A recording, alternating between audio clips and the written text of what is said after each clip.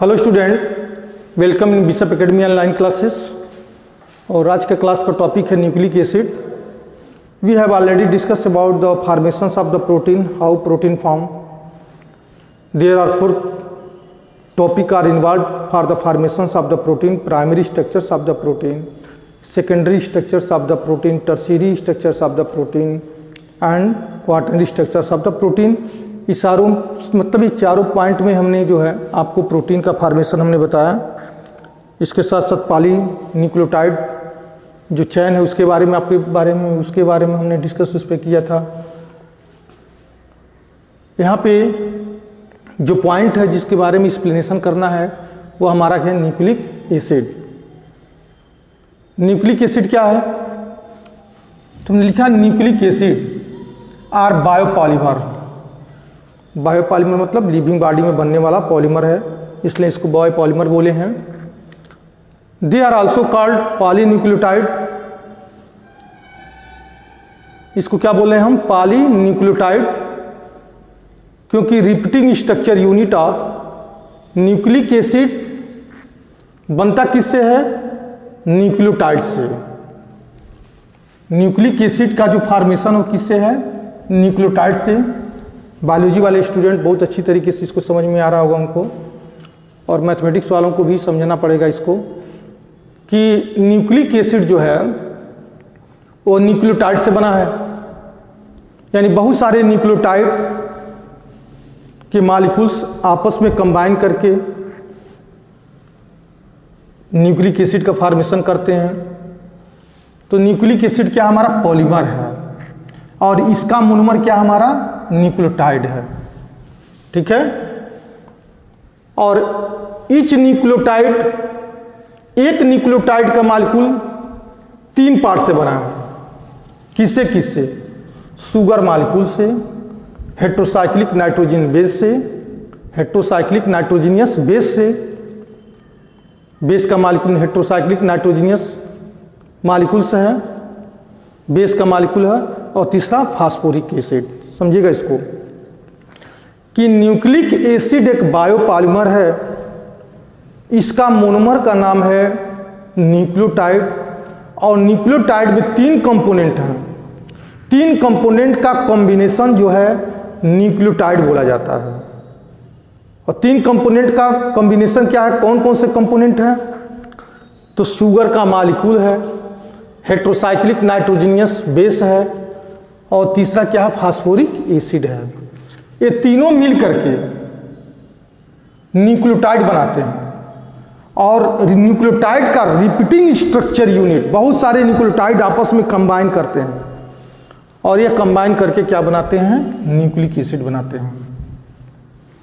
Nucleotide में भी represented क्या क्या? तो base plus sugar plus phosphoric acid.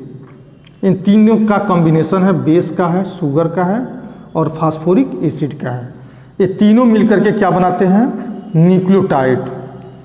और कैसे इनका कॉम्बिनेशन होता है, कैसे एक दूसरे से जुड़ते हैं, तो इनका हमने लिखा है repeating structure of nucleic acid are base sugar phosphoric acid, पुनः बेस सुगर फास्फोरिक एसिड, पुनः बेस सुगर फास्फोरिक एसिड, पुनः बेस सुगर फास्फोरिक एसिड। मतलब इन दोनों के बिटवीन्स में फास्फोडाइस्टर लिंकेज होता है। यह एक न्यूक्लियोटाइड है, इतने को हम एक न्यूक्लियोटाइड बोलेंगे। यह एक न्यूक्लियोटाइड है, और यह हमारा दूसरा न्यूक्लियोटाइड है। ठीक है। इसके आगे तीसरा होगा, इसके आगे चौथा भी हो सकता है, 1000 हो सकते हैं। मतलब बहुत सारे न्यूक्लियोटाइड के मोनोमर हैं, और इनके बिटवीन में जो ये बॉन्ड है उस बॉन्ड को बोलते हैं फास्फोडाइस्टर लिंकेज। लेकिन बेस और सुगर के बिटवीन में जो बॉन्ड होता है, ये बेस और सुगर किस लिंक के द्वारा आपस में कंबाइन हुए हैं, इनको बोलते हैं बीटा ग्लाइकोसिडिक लिंकेज। यह बीटा ग्लाइकोसिडिक लिंकेज है। और यहाँ पे फास्फोडाइस्टर लिंकेज है और बहुत सारे न्यूक्लिक एसिड जुड़ करके क्या बनाते हैं, पॉलीन्यूक्लियोटाइड, और उसी पॉलीन्यूक्लियोटाइड को बोलते हैं हम न्यूक्लिक एसिड। अब chemical composition of the nucleic acid को समझिए। अगर हम न्यूक्लिक एसिड का complete composition of nucleic acid माने complete hydrolysis of DNA and RNA, DNA का फुल फॉर्म होता है deoxyribose nucleic acid, RNA का होता है राइबो न्यूक्लिक एसिड। डीएनए और आरएनए का अगर हम कंप्लीट हाइड्रोलिसिस कर रहे हैं तो इससे 3 कंपाउंड हमको मिल रहे हैं। कौन कौन? एक पेंटोस शुगर मिल रहा है, एक हेट्रोसाइक्लिक नाइट्रोजनस बेस मिल रहा है, तीसरा हमको क्या मिला है, फास्फोरिक एसिड। मतलब एक पेंटोस शुगर और दूसरा हेट्रोसाइक्लिक नाइट्रोजनस बेस, और तीसरा क्या मिला हमको, तो तीसरा मिला हमको फास्फोरिक एसिड मिल रहा है। ठीक है। अब हर शुगर का पहले हमको एक्सप्लेनेशन करना होगा कि शुगर क्या है। तो शुगर के बारे में हम आपको बता रहे हैं। 2 पेंटोस शुगर आर फॉर्म कब? जब कंप्लीट डीएनए और आरएनए का हम हाइड्रोलाइज कर रहे हैं तब। डीएनए और आरएनए का जब हाइड्रोलाइज कर रहे हैं तो 2 पेंटोस शुगर हमको मिल रहा है। तो हम लिख रहे हैं यहाँ पे शुगर में 2 पेंटोज शुगर आर फॉर्म कब? जब डीएनए और आरएनए का हम हाइड्रोलाइज कर रहे हैं। 2 pentose sugar have been are form. कौन कौन 2 pentose sugar are form? DNA लिखेंगे डीएनए कंटेनिंग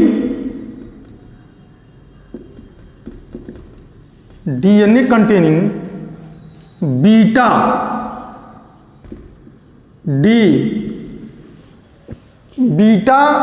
डी नहीं बोलेंगे इसको, beta D 2 deoxy ribose, 2 deoxy beta D 2 deoxy ribose, beta D 2 deoxy ribose. RNA contain RNA contain beta D oxy ribose, beta D oxy, beta D oxy हो सकता है, beta D 2 deoxy ribose. और अन्य contain beta D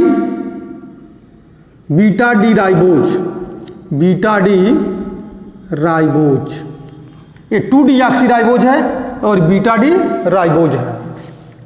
ठीक है कि 2 pentose sugar are form कब? when the complete hydrolysis of DNA and RNA, DNA और आरएनए का हाइड्रोलिसिस कर रहे हैं तो 2 पेंटोस शुगर फॉर्म हो रहा है, जिसमें से DNA contain beta D 2 deoxy ribose और RNA contain beta D ribose होता है। Both these sugar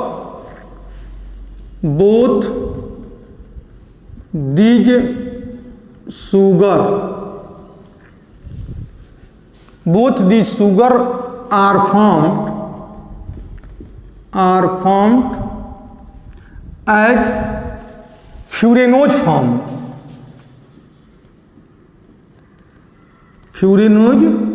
Both these sugar are formed as furanose, structure लिख दे रहे हैं, स्ट्रक्चर फ्यूरेनोज के फॉर्म मिलते हैं। जैसे हमने बताया था कि ग्लूकोज पायरेनोज के फॉर्म मिलता है और कीटोन फ्यूरेनोज के फॉर्म मिलता है। तो इनका भी जो स्ट्रक्चर्स है वो हमको किस फॉर्म में मिलेगा, फ्यूरानोज के फॉर्म मिलेगा। स्ट्रक्चर बना रहे हैं बीटा डी 2 डीऑक्सीराइबोज का और आरएनए का बीटा डी राइबोज का। 2 पेंटेज शुगर है या इसका मतलब 5 कार्बन है, C1 C2 C3 C4, यहाँ हो जाएगा हमारा CH2OH, यहाँ हो जाएगा हमारा H। बीटा के अब करा अल्फा बीटा, बीटा के फॉर्म में C1 को एनोमेरिक कार्बन बोल लेंगे, C1 को एनोमेरिक कार्बन बोल लेंगे और OH ऊपर होगा, H नीचे होगा। अगर अल्फा फॉर्म होता तो H ऊपर हो जाता, OH नीचे हो जाता, लेकिन बीटा फॉर्म में है तो OH ऊपर है और H नीचे है। 2 डीऑक्सी, दूसरे कार्बन पे देखिए, दूसरे कार्बन पे दोनों साइड से हाइड्रोजन है, ठीक है। तीसरे कार्बन पे H ऊपर हो जाएगा और OH नीचे हो जाएगा। तो C1 1 carbon, 2 carbon, 3 carbon, 4 carbon and 5 carbon, इसका पोजीशन है 5 नंबर का। ये स्ट्रक्चर हो जाएगा beta D 2 deoxy ribose, beta D 2 deoxy ribose. अब हम राइबोज का स्ट्रक्चर, बीटा डी राइबोज का स्ट्रक्चर भी, ये भी पेंटोज शुगर है, ये भी जो हमारा किस फॉर्म में है, पेंटोज शुगर में है। तो बीटा इसमें भी लगा है, इसका मतलब OH ऊपर होगा और H जो हमारा नीचे हो जाएगा। इसको C1 C2 मतलब H एंड OH यहाँ पे भी हो जाएगा। तीसरे कार्बन पे हमारा जो है स्ट्रक्चर क्या दिखा रहा है, तीसरे कार्बन पे भी हमारा सिमेट्रिकल है, मतलब H ऊपर हो जाएगा और OH नीचे हो जाएगा। C1 C2 C3, इसको मान लेंगे C4 और यहाँ हो जाएगा CH2OH एंड H, यह 5 कार्बन है, ठीक है। इसको बोलेंगे बीटा डी राइबोज। तो ये दोनों या डीएनए में मिलेगा और ये हमको आरएनए में मिलता है। थोड़ा सा स्पेलिंग गलत हो गया क्या, RIBOSC, ठीक है। तो 2 पेंटोज शुगर डीएनए और आरएनए का जब हाइड्रोलाइज कर रहे हैं तो 2 पेंटोज शुगर डीएनए का कर रहे हैं तो डीएनए में हमारा यह शुगर मिल रहा है और आरएनए का हाइड्रोलाइज कर रहे हैं तो आरएनए में हमको यह शुगर मिल रहा है। यहाँ लिखे भी हैं both the sugar are form as the furanose form, यह दोनों स्ट्रक्चर जो है फ्यूरानोज के फॉर्म में है, जबकि ग्लूकोज किस फॉर्म मिलता था, पायरानोज के फॉर्म में, ठीक है। अब आता बेस। बेस 2 टाइप के मिलते हैं, एक प्यूरिन्स होता है और दूसरा पायरिमिडीन्स होता है। स्ट्रक्चर हम नहीं बनाएंगे, स्ट्रक्चर बुक में दिया गया है और बुक से ही हमको भी बनाना पड़ेगा यहाँ पे, क्योंकि स्ट्रक्चर में थोड़ा सा कंफ्यूजन हो जाएगा, तो स्ट्रक्चर आप बुक से बना लीजिएगा। There are 2 different classes of, base में लिखेंगे देयर आर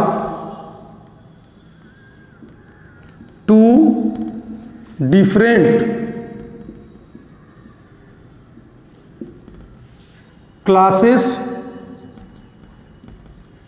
of heterocyclic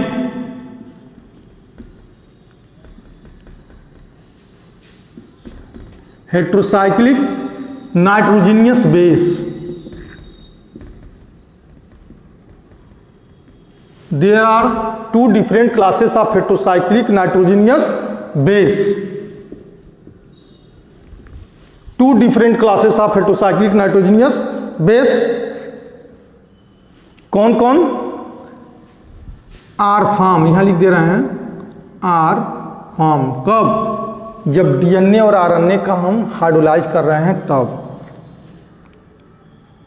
ठीक है। कौन कौन सा है, पहला प्यूरिन्स। प्यूरिन्स में 2 बेस हैं, एक एडेनिन है दूसरा है गुआनिन है। दूसरा आता है कौन सा बेस? पिरिमिडीन्स, PYRIDIMINES, पारिमिडीन्स, PYRIMIDI, पारिमिडीन्स। इसमें 3 टाइप के बेस होते हैं। कौन कौन? इसमें 3 टाइप के बेस होते हैं। साइटोसिन्स,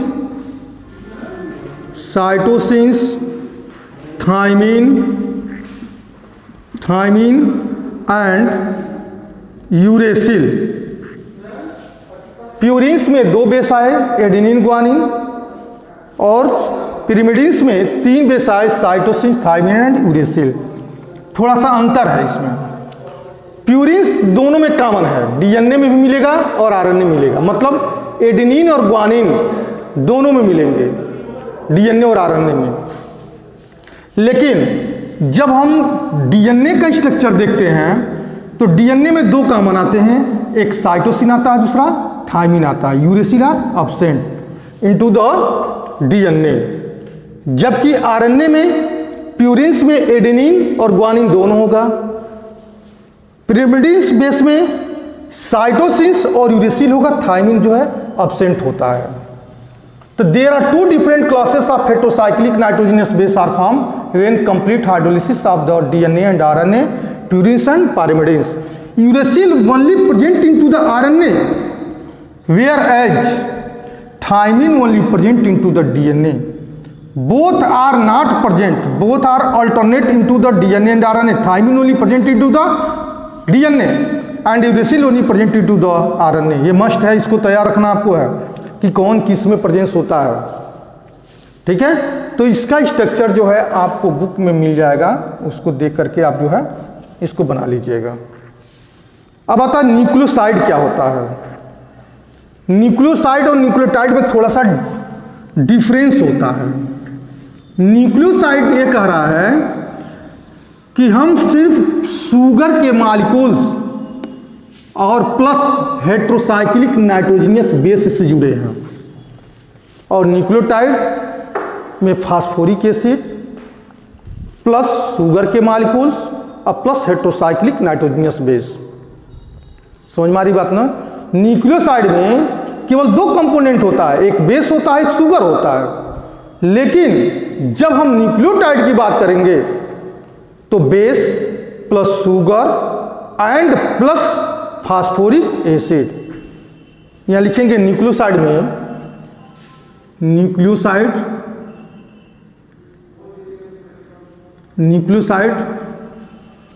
का डिफिनेशन होगा ए nucleoside containing a nucleoside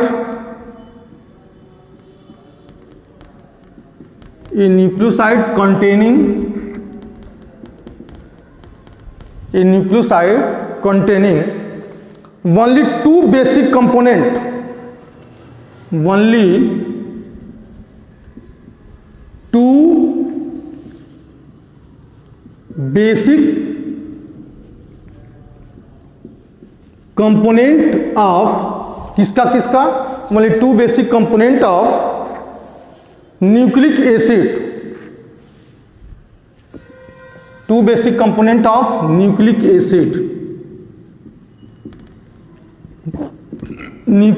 acid. कौन कौन? पेंटोज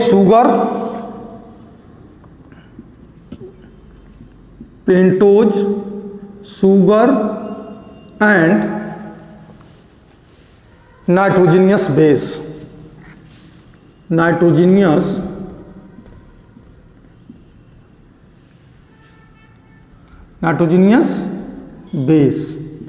ठीक है।